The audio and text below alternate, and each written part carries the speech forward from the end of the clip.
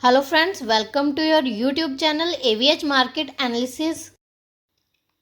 सो friends, आज हम बात करने जा रहे हैं न्यूलॉन लैब के बारे में। जैसे कि आप सभी ने देखा कि आज के ट्रेडिंग सेशन में हमें स्टॉक में लगभग ½ % नेगेटिव में स्टॉक क्लोज होता हुआ दिखाई दे रहा है। सो स्टॉक को लेकर जो अगर देखा जाए तो स्टॉक ने जो है 13,510 रुपये का आज का डे लो लगाया है और उसके बाद लोअर लेवल से थोड़ी रिकवरी हमें स्टॉक में देखने को मिली है। सो मार्केट में अगर देखें तो मार्केट में भी हमें बहुत भारी गिरावट देखने को मिली है और देखें तो निफ्टी, बैंक निफ्टी सभी इंडेक्सेस जो है हमें आज बहुत बुरी तरह टूटते हुए दिखाई दिए। मार्केट में इतनी बड़ी गिरावट का मेनली रीज़न है जो चाइना में एक न्यू वायरस आया है HMPV।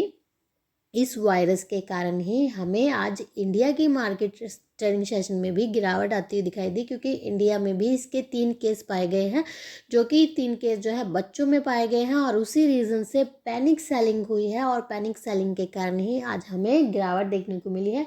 और दूसरा है कि हमें कंटिन्यूसली बहुत लंबे टाइम से एफआईज की बिकवाली देखने को मिल रही है और जो है ख़रीदारी का अभाव है।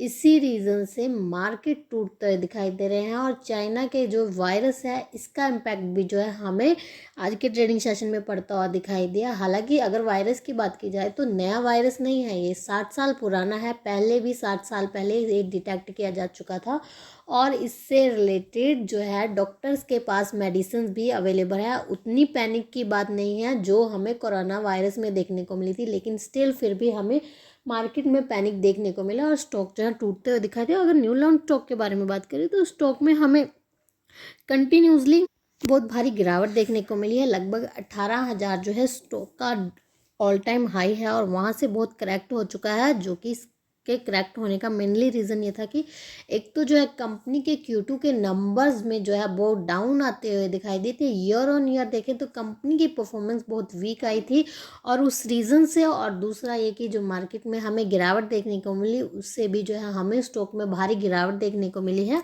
और उसी रीज़न से स्टॉक बहुत बुरी तरह टूटता हुआ भी दिखाई दिया था। और आज के ट्रेडिंग सेशन में अगर मार्केट में देखें तो बहुत भारी गिरावट है, उसके कंपैरिजन में इस स्टॉक में हमें इतनी ज़्यादा गिरावट देखने को नहीं मिली। अगर गिरावट हुई भी थी तो वो हमें रिकवर होती हुई दिखाई दी है। अगर इसमें सपोर्ट देखा जाए तो स्टॉक में हमें जो है 13,600 रुपये पर ये सपोर्ट लेता हुआ दिखाई दे सकता है।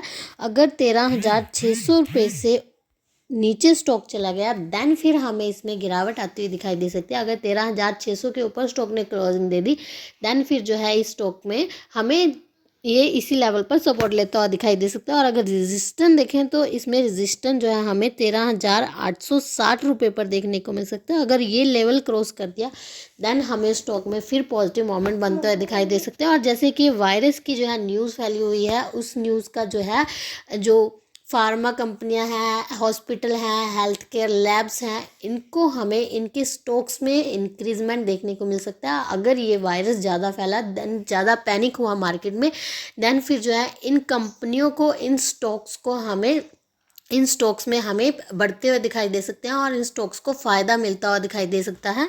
बाकी कंपनी को लेकर कुछ भी नेगेटिव नहीं है, मार्केट की न्यूज़ के कारण ही हमें स्टॉक में गिरावट देखने को मिली, जो मार्केट में गिरावट आती हुई दिखाई दी और जो है वायरस जो है इंडिया में डिटेक्ट हुआ है उसी रीज़न से आज मार्केट टूटते हुए दिखाई दी। सो फ्रेंड्स, अगर आपने अभी तक हमारे चैनल को सब्सक्राइब नहीं किया है तो शेयर मार्केट से जुड़ी लेटेस्ट अपडेट जानने के लिए please subscribe my channel and thank you for watching this video and have a great day guys.